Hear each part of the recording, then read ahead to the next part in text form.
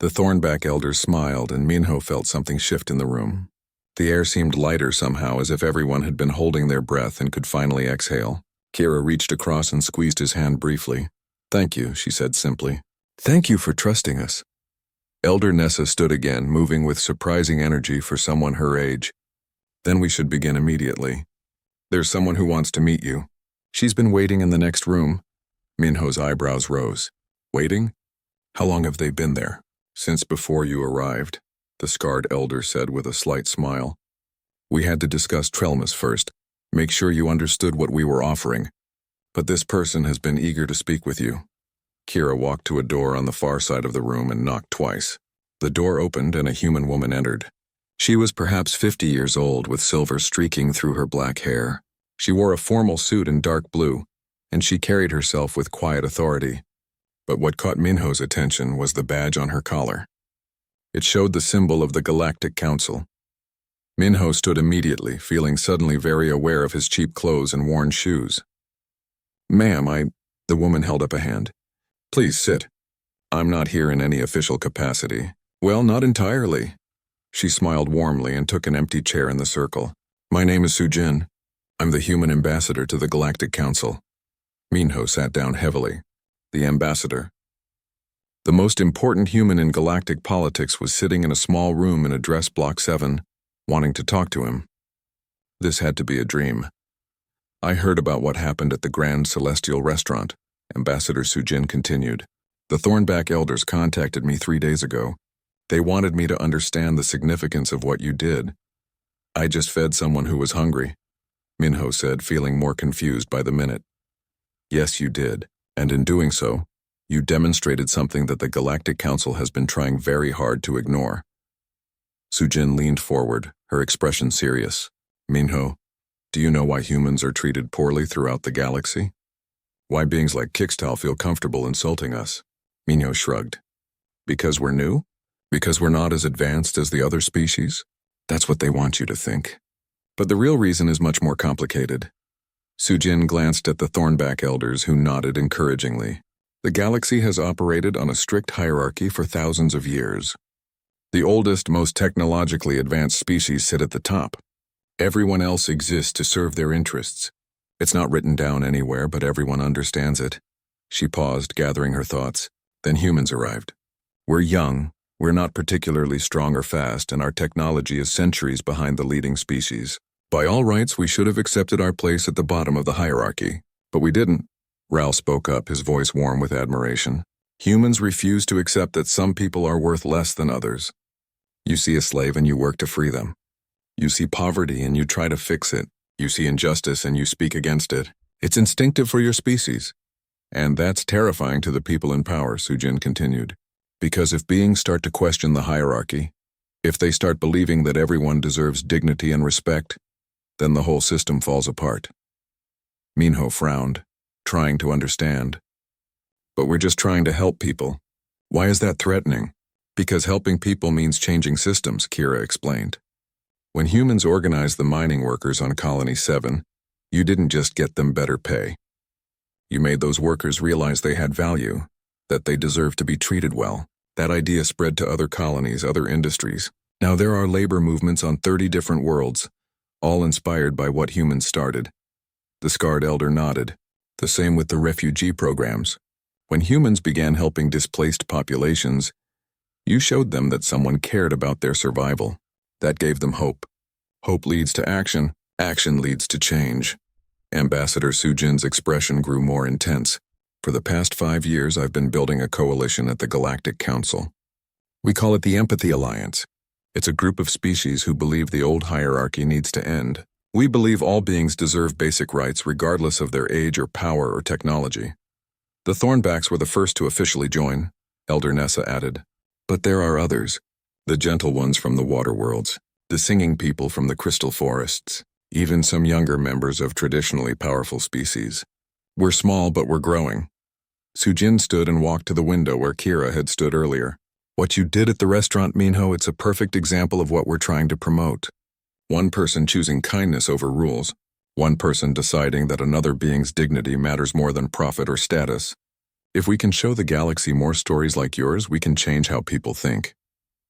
There's been talk of your situation spreading through the human community here on the station, Kira said. Other workers heard about you being fired for helping someone. They're starting to speak up about their own treatment. Minho felt his breath catch. What? I didn't mean to start anything. Of course you didn't, Ambassador Sujin said gently. But that's exactly why it's powerful. You acted from the heart, not from politics or strategy. People respond to that authenticity. The scarred elder shifted in his seat. There are reports from the station's lower levels. Human workers in several establishments have begun organizing. They're talking about fair treatment, about dignity in their work. Some aliens who've been treated poorly are joining them. It's still small, Elder Nessa cautioned. A few hundred people at most. But these movements always start small. Ambassador Sujin turned back to face Minho. I need to be honest with you about what we're asking. If you agree to work with us, your life will change dramatically. You'll be enrolled in the Diplomatic Academy. You'll learn about galactic politics, history, and cultural exchange. It's not easy. The program is designed for people training to be ambassadors. I'm not smart enough for that, Minho said immediately. You're smart enough, Sujin replied firmly. Intelligence isn't just about knowing facts. It's about understanding people, about seeing connections, about caring enough to act. You have all of those qualities. Kira added. You'll also be working with the Thornback community, helping us understand human perspectives. And occasionally you'll be asked to speak about your experience. Not to make you famous, but to give others hope. What about Hana? Minho asked. His sister was still his first concern. Your sister will be fully supported, Elder Nessa assured him. We've already established an educational fund in her name. And if she wishes, when she completes her studies, there will be opportunities for her within the Alliance as well. Ambassador Sujin returned to her seat. I know this is overwhelming. Yesterday you were unemployed and worried about rent. Today we're offering you a path into galactic politics. You don't have to decide right now. I already decided, Minho said quietly. In that room when the elders asked me, I said I would help. That was before you understood what it really meant, Sujin pointed out. This isn't just about sharing a story. This is about becoming part of a movement that could reshape galactic society. Some very powerful beings won't be happy about that. Minho thought about it. Really thought about it. The safe choice was to take the Thornback's generous offer and live quietly. Go to school, help Hana, maybe do some small consulting work. That would be good. That would be smart. But then he remembered the looks on the other servers' faces when Kixtal had fired him. They'd wanted to speak up. He could see it in their eyes. But fear held them back. Fear of losing everything, just like he had. If his story could give even one person the courage to stand up for what was right, wasn't that worth the risk? I'm in, Minho said, really. I want to help. The room erupted in smiles. Raoul reached over and gripped Minho's hand with surprising strength. You honor us all, young human. You truly do. Ambassador Sujin pulled out a slim data pad. Then we should begin preparations. The Diplomatic Academy's next term starts in 2 weeks. That's not much time, but we can get you registered. You'll need to move to a new apartment in the education district. We'll handle all the arrangements. What about right now? Minho asked. Is there anything I should do today? Kira and Sujin exchanged glances. Actually, yes, Kira said. We've received word that there's something happening at the Grand Celestial Restaurant. Something you might want to see. What kind of something? Ambassador Sujin smiled. The kind that happens when ordinary people decide they've had enough. Come on. I'll explain on the way. They left the council room together, Minho surrounded by Thornback elders and the human ambassador. As they walked through the corridors of Address Block 7, Minho noticed other residents watching them. Word spread fast in the lower levels. People knew something significant was happening. The journey to the upper levels took 20 minutes by transport lift. With each passing floor, the station grew cleaner and brighter. By the time they reached the restaurant level, everything gleamed with expensive polish. When they rounded the corner approaching the Grand Celestial Restaurant, Minho stopped in his tracks. There was a crowd outside. Dozens of people, maybe more than 100. Address Block 7 was in the lower levels of New Terra Station, far from the bright lights and expensive shops where Minho used to work. Down here, the corridors were narrower and the air recyclers hummed louder. This was where the station's working class lived, where families crowded into small apartments and counted every credit. Minho found room 304 at the end of a long hallway. The door was plain metal with no markings except the number. He checked the time on his wrist unit. Exactly 14 Mao. He took a deep breath and pressed the entry buzzer. The door slid open immediately as if someone had been waiting on the other side. A young Thornback woman stood there. Her shell was a healthy deep blue and she wore simple but clean clothes. Her yellow eyes studied Minho with an intensity that made him uncomfortable. "Minho?" she asked in perfect Galactic common. "Yes, I received a message about a meeting." The woman's face broke into a warm smile. "Please come in. We've been hoping you would accept our invitation." The room beyond was larger than Minho expected. The walls were decorated with colorful fabrics showing complex geometric patterns. About a dozen Thornbacks sat in a circle around a low table. All of them were elderly, their shells cracked and faded with age. When Minho entered, they all stood as one, which clearly took effort for some of them. And there in the center was Raoul. Elder Raoul. Minho felt a rush of relief. "You made it to your granddaughter safely?" Raoul stepped forward, moving better than he had at the restaurant. His yellow eyes were bright. "Thanks to you, young Minho. Thanks to you I had strength for the journey. Please let me introduce my granddaughter. This is Kira." The young woman who had opened the door bowed respectfully. "It's an honor to meet you, Minho. Grandfather has told us everything about what you did." "I didn't do much," Minho said awkwardly. All these people staring at him made him nervous. "Just provided a meal." "You did much more than that," Kira said firmly. She gestured to the circle of chairs.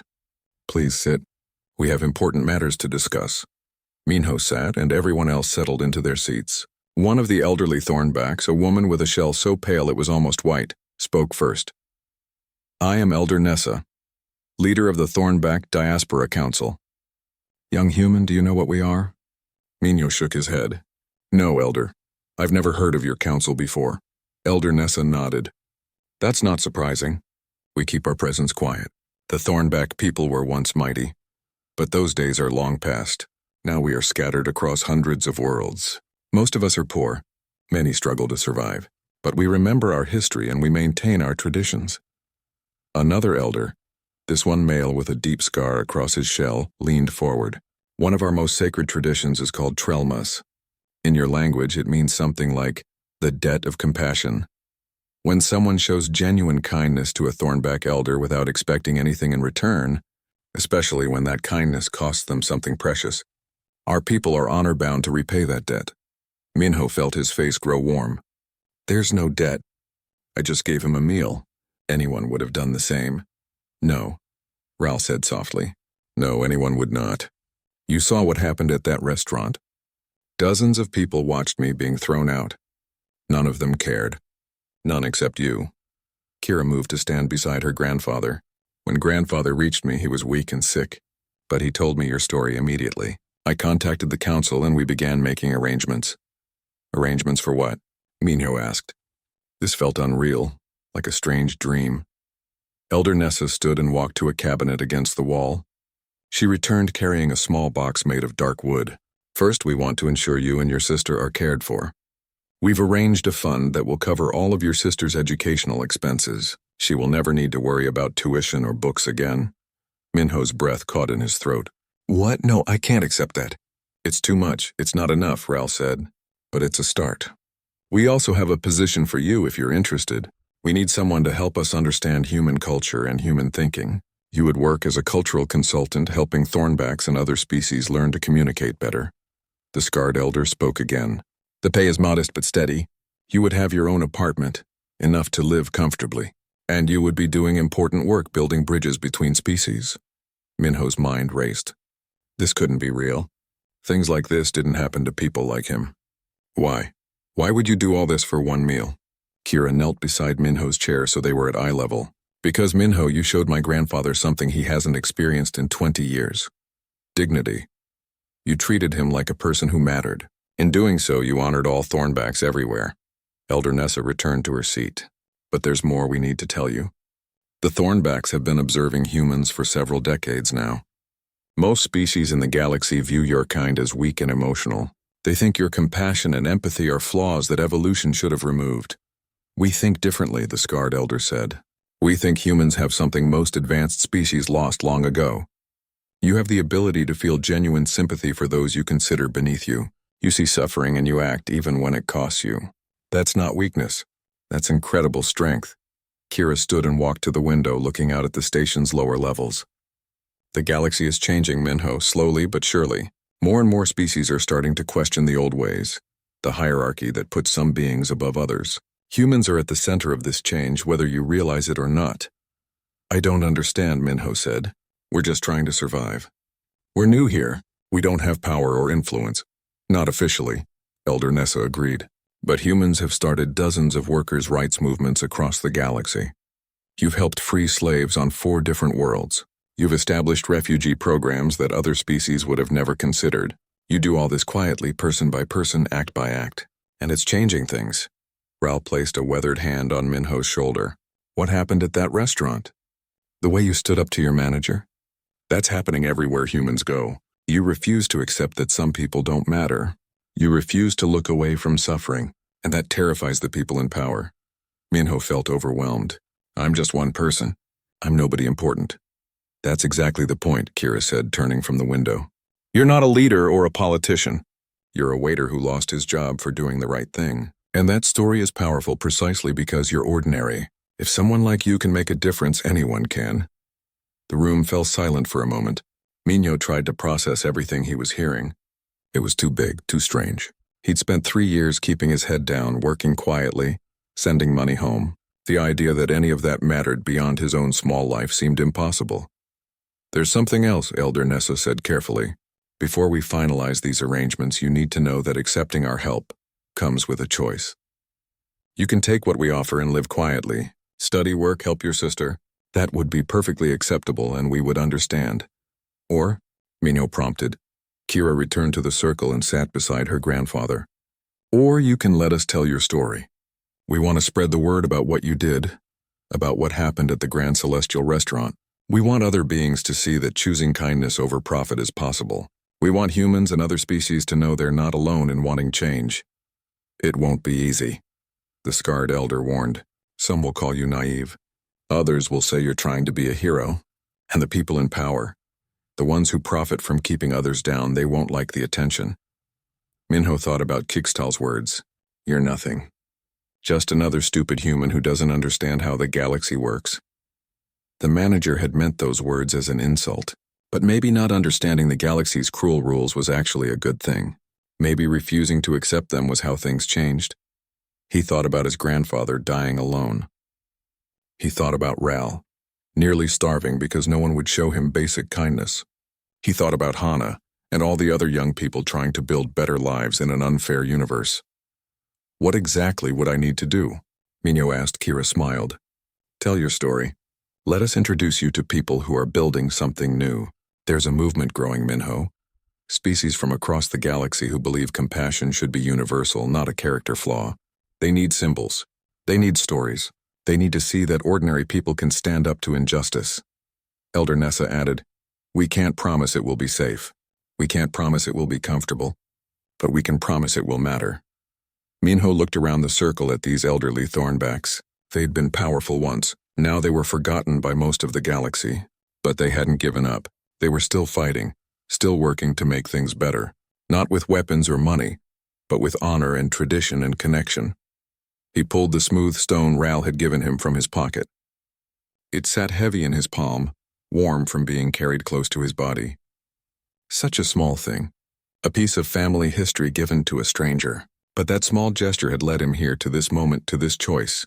I'll do it, Minho said. I'll share my story. I'll help however I can. The meal lasted 30 minutes. In that time, Minho learned more about Ral than he'd learned about any customer in 3 years of working at the restaurant. The old thornback spoke slowly, his galactic common rough but understandable. He talked about his granddaughter, Kira, who worked as a translator somewhere in the outer colonies.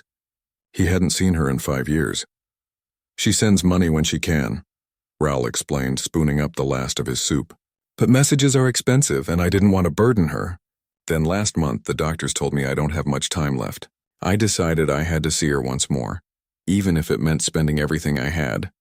Minho felt a painful twist in his chest. His own grandfather had been too proud to ask for help too. That pride had kept him silent until it was too late. "She'll be happy to see you," Minho said gently. Raoul's yellow eyes brightened. "I hope so. I hope so very much." They sat in comfortable silence for a moment. Then heavy footsteps approached their booth. Minho didn't need to turn around to know who it was. Manager Kixtal towered over the table. His skin had returned to its normal blue color, but his expression was ice cold. Behind him stood the 2 security guards and several other staff members. The watching crowd made Minho's stomach turn. "Minho," Kixtal said in a voice that carried across the entire restaurant. "Pack your things. You're fired." The words hung in the air like a death sentence. Minho had expected them, but hearing them out loud still felt like a punch to the gut. 3 years of work. 3 years of careful saving. "Gone in 30 minutes and stand up," Kixtal ordered. "Both of you. Security will escort you out." Raoul struggled to his feet and Minho helped him. The old Thornback's hands were shaking badly now. "I'm so sorry, young human, so sorry. This is my fault." "No," Minho said firmly. He looked directly at Kixtal. "This is my choice, and I'd make it again." Kixtal's face twisted with contempt. "How noble. How heroic. Do you think anyone cares about your noble gesture? You're nothing. Just another stupid human who doesn't understand how the galaxy works." He raised his voice so everyone could hear. "Let this be a lesson to the rest of you. This restaurant has standards. We serve the elite, not garbage from the streets. Anyone who forgets that can join Minho in unemployment." The other servers looked away. Minho didn't blame them. They all had families to feed, bills to pay. Speaking up meant losing everything. Security grabbed Minho's arm, not roughly but firmly. The other guard took Raoul's arm. They guided both of them toward the exit. As they walked through the dining room, wealthy aliens watched with mild curiosity. Some whispered behind their hands. Most had already returned to their meals, the entertainment over. At the staff entrance, Kixtal followed them. "You have 5 minutes to clear out your locker. And Minho, I'll make sure every restaurant on this station knows what you did. Good luck finding another job." The threat was clear. Minho's reputation was destroyed. No one would hire a server who disobeyed direct orders, no matter the reason. The locker room was quiet and cold. Minho opened his small locker and began pulling out his few possessions. A change of clothes. A photo of Hana from her high school graduation. A worn book his grandfather had given him. Everything fit into one small bag. When he emerged, Raoul was waiting by the staff exit. The security guards had left them alone now that they were leaving. The old Thornback looked miserable. "I ruined your life," Raoul said, his voice breaking. "You helped me and I ruined your life." Minho managed a small smile. "You didn't ruin anything. I made my choice. Besides, that job was slowly killing me anyway. Maybe this is a good thing." He didn't believe his own words, but he wanted Raoul to feel better. The old alien didn't look convinced.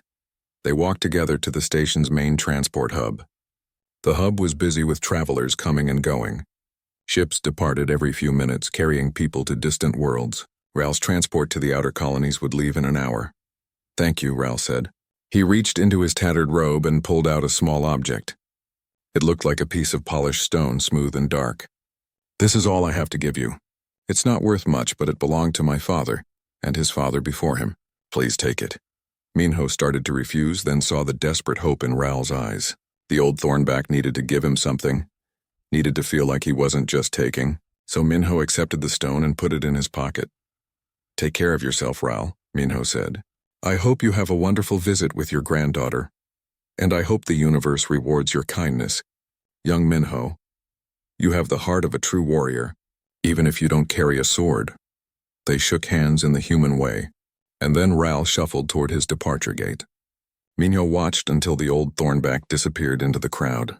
Then he turned and headed toward the cheap residential section where he rented a tiny room. The walk gave him too much time to think. Reality crashed down on him like a physical weight. He was unemployed. His savings would last maybe 2 months if he was careful. And he'd already sent Hana her monthly payment last week, which meant his account was nearly empty. What would he tell her? How could he explain that he'd thrown away 3 years of work for a stranger? Hana was practical and smart. She'd understand the kindness, but she'd also know what it meant for her education. Minho's room was barely bigger than his locker at work. It contained a narrow bed, a small desk, and a wall screen for communication. He sat on the bed and pulled out his credit chip. The screen displayed his balance in cold, harsh numbers. Definitely not enough. His message inbox had 3 new entries. The first was from Hana, asking about his day. The second was a rent reminder. The third was from his landlord informing him that rates were increasing next month. Minho put his head in his hands. What had he done? For 2 days, Minho barely left his room. He spent every waking hour sending job applications to restaurants, shops, and services across the station. He applied to positions he was overqualified for, and positions he wasn't qualified for at all. Nothing mattered except finding work. The responses came quickly, and they were all the same. Thank you for your interest, but we're not hiring at this time. Some didn't even bother with the polite rejection.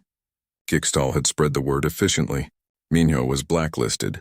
On the 3rd day, Hana sent a worried message. Brother, are you okay? Your last transfer was smaller than usual. If you need to keep more for yourself, please do. I can take fewer classes this term. The message broke something inside Minho. Hana had worked so hard. She was brilliant and deserved every opportunity. And now he'd let her down because he couldn't walk past a hungry old man. But even as the thought formed, Minho knew he couldn't regret his choice. Seeing Ral treated like garbage, seeing that same defeat in his eyes that grandfather had shown, had triggered something deep inside him. Some things were more important than money. Still, that didn't solve his immediate problem. Minho was staring at his message screen, trying to compose a response to Hana when a new message arrived. The sender was listed as Thornback Diaspora Council. Minho had never heard of them. He opened the message cautiously. Scams were common on space stations, and desperate people made easy targets. The message was brief and formal.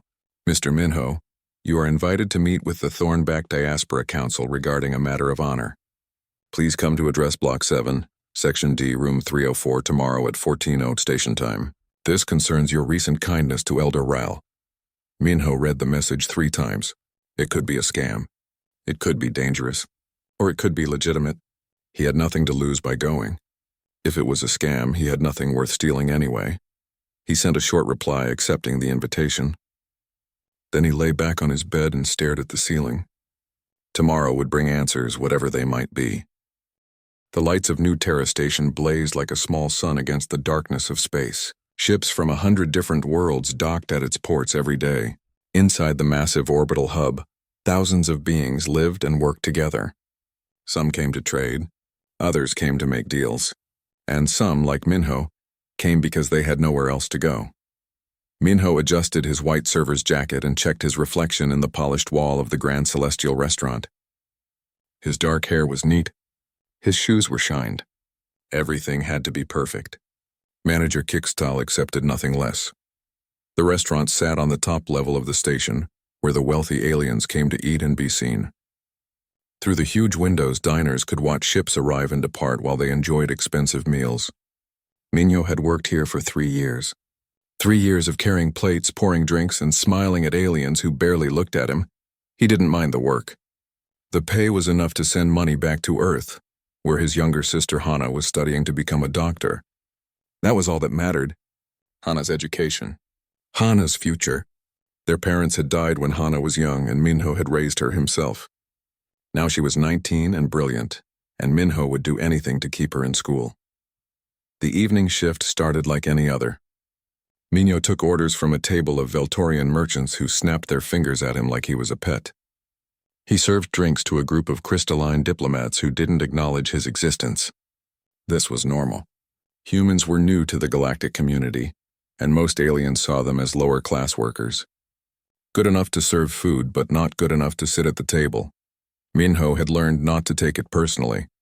He smiled, did his job, and counted the hours until his shift ended. Then the door opened and everything changed. The elderly alien who shuffled into the restaurant was unlike the usual guests. His body was covered in a thick, cracked shell that might have been blue once but had faded to gray. He walked slowly, leaning on a twisted metal cane. His clothes were old and patched in several places. When he spoke to the host station, his voice was weak and uncertain. "Table for 1, please," the old alien said in broken galactic common. The young Veltorian at the host station looked horrified. She glanced toward the dining room where wealthy patrons were eating. Then she looked back at the elderly alien. "I'm sorry, but we're fully booked tonight." The restaurant was half empty. Minho could see at least 10 open tables from where he stood. The old alien's shoulders sagged. Please, I have credits. Not many, but enough for soup. I haven't eaten since yesterday. We're fully booked, the host repeated, louder this time. Other diners were starting to notice the commotion. Some whispered to each other. A few laughed behind their hands. Minho recognized the species. Thornback. He'd learned about them in his basic xenology classes. Once, thousands of years ago, the Thornbacks had ruled a mighty empire. But that empire had fallen, and now Thornbacks were scattered across the galaxy. Most lived in poverty, forgotten by everyone. Manager Kixtal emerged from his office. The tall Veltorian's skin rippled with irritation as he approached. What's the problem here? This person wants a table, the host said quietly. Kixtal looked at the elderly Thornback with obvious disgust. This is the Grand Celestial Restaurant. We serve dignitaries and officials, not beggars. Please leave before I call security. I can pay, the old alien protested. His hand shook as he reached for a small pouch at his belt. I don't care if you can pay, Kixtal snapped. You don't belong here. You'll drive away my real customers. He waved at two security guards standing near the entrance. Escort this creature out. The guards moved forward. The elderly Thornback didn't resist. He simply lowered his head and turned toward the door. The watching diners had already lost interest and returned to their meals. To them, this was nothing important, just another poor alien in the wrong place. But Minho couldn't look away. He stared at the old alien's hunched back, at the way his hands trembled on his cane, at the defeated slope of his shoulders. And suddenly, Minho wasn't seeing a Thornback. He was seeing his grandfather. Grandfather had died 5 years ago in a care facility on Earth. The facility had said he was too expensive to maintain. They'd moved him to a cheaper place, then an even cheaper one, until finally he was alone in a tiny room with no windows. Minho had visited as often as he could, but work kept him away. Grandfather had died alone, and Minho had never forgiven himself for that. The memory burned in his chest. Before he could think about what he was doing, Minho stepped forward. Wait, he called out. Everyone turned to look at him. The security guards paused. Kixtal's eyes narrowed dangerously. What did you say? The manager asked in a cold voice. Minho's heart pounded, but he kept his voice steady. I said, wait. Sir, I have an empty booth in the back corner. It's quiet and private. I can serve this gentleman there. The restaurant went silent. Even the background music seemed to fade. Kixtal's face changed colors, shifting from pale blue to deep purple. That meant he was furious. You will do no such thing, Kixtal said. Each word was sharp and precise. Get back to your station immediately. It's just one meal, Minho said.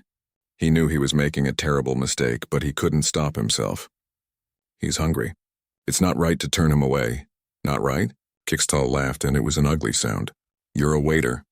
You don't decide what's right, I decide. Now step aside.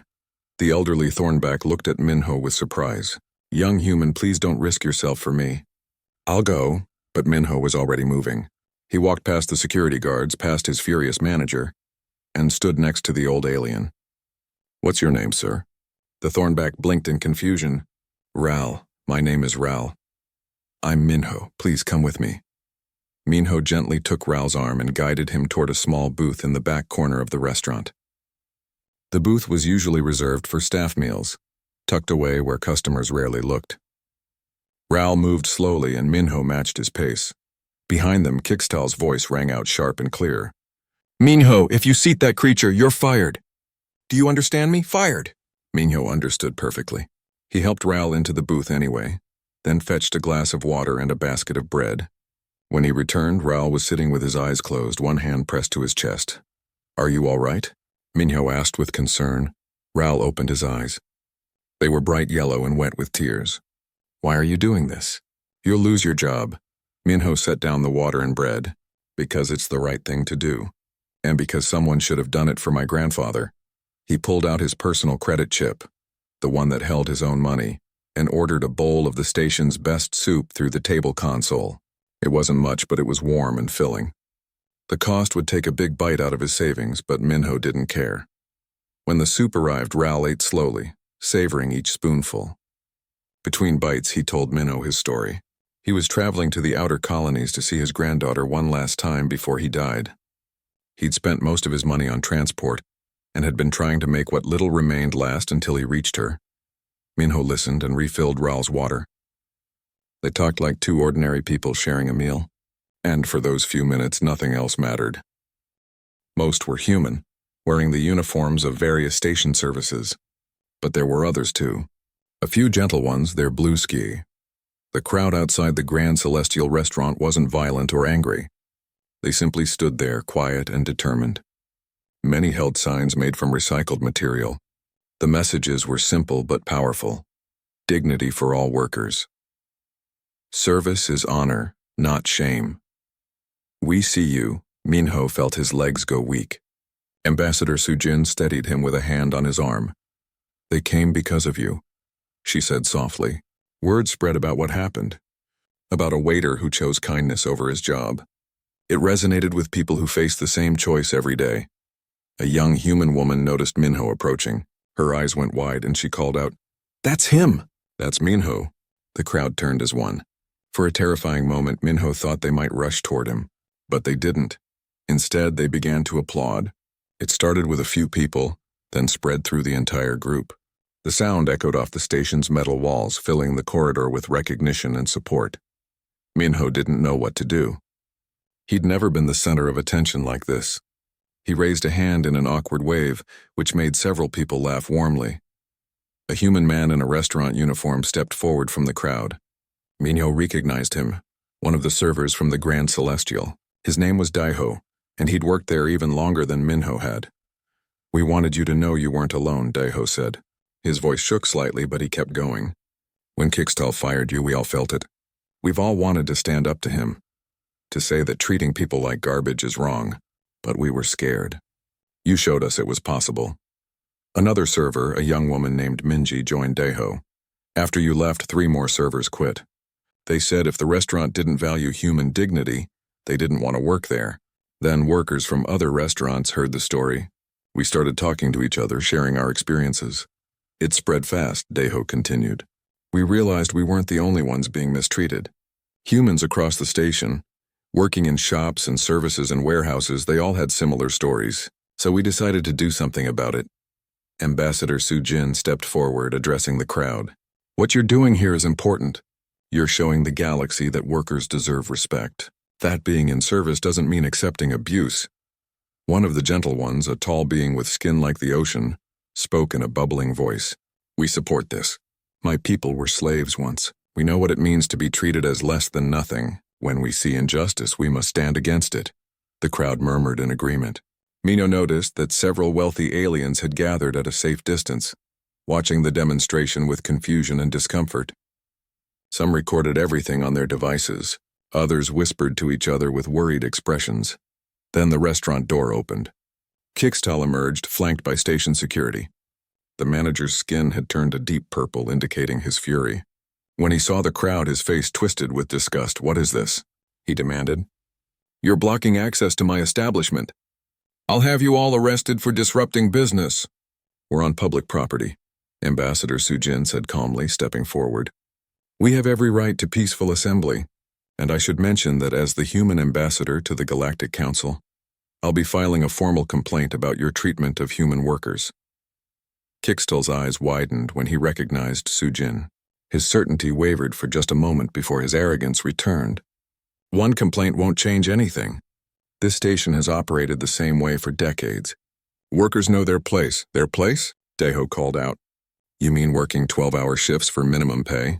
Being insulted by customers while you demand we smile? Being fired for showing basic kindness to another being?"